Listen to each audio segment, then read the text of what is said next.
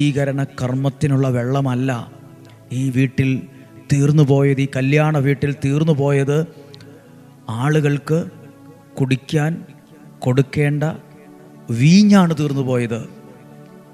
വിലയുള്ള വീഞ്ഞാണ് തീർന്നുപോയത്.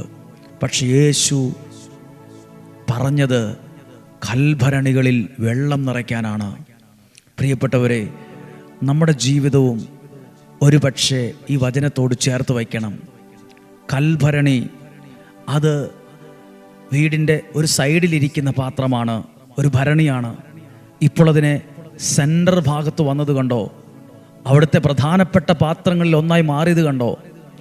ഒരത്ഭുതം നടക്കാൻ കാരണമായ പാത്രമായത് കണ്ടോ? പ്രിയപ്പെട്ടവരെ, കൽഭരണി ഇപ്പോൾ അത് ശുദ്ധീകരണ കർമ്മത്തിനുള്ള വലിയ ഭംഗിയൊന്നും ഇല്ലാത്ത ഒരു പാത്രമൊക്കെ ആയിരിക്കാം, ഭരണി ആയിരിക്കാം. എൻ്റെ ഒരു ഭാവനയും ഞാൻ പറയുവാണ്.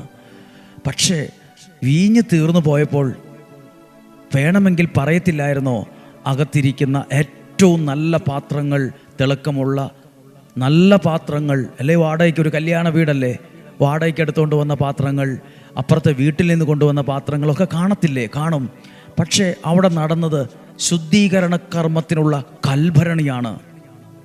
പ്രിയപ്പെട്ടവരെ, എൻ്റെയും നിങ്ങളുടെയും ജീവിതം ചിലപ്പോൾ ഈ കൽഭരണി പോലെയൊക്കെ പലരാലും അവഗണിക്കപ്പെട്ട് ഒഴിവാക്കപ്പെട്ട് ഒരുപാട് പരിഹാസങ്ങളും പുച്ഛങ്ങളും കളിയാക്കലൊക്കെ കേട്ട് സൈഡിൽ വലിയ വിലയൊന്നുമില്ല, വലിയ മഹത്വമൊന്നും ആരും തരുന്നില്ല, മനസ്സിൽ നിറയെ വേദനയും ടെൻഷനും ഉണ്ട്.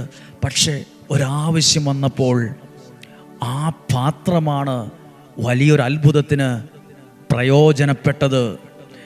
നിങ്ങളെ ഇന്ന് ആരും വിലയുള്ളതായോ വലിയ ആളുകളായോ മഹത്വമുള്ളവരായോ ഒന്നും കാണുന്നില്ലായിരിക്കാം.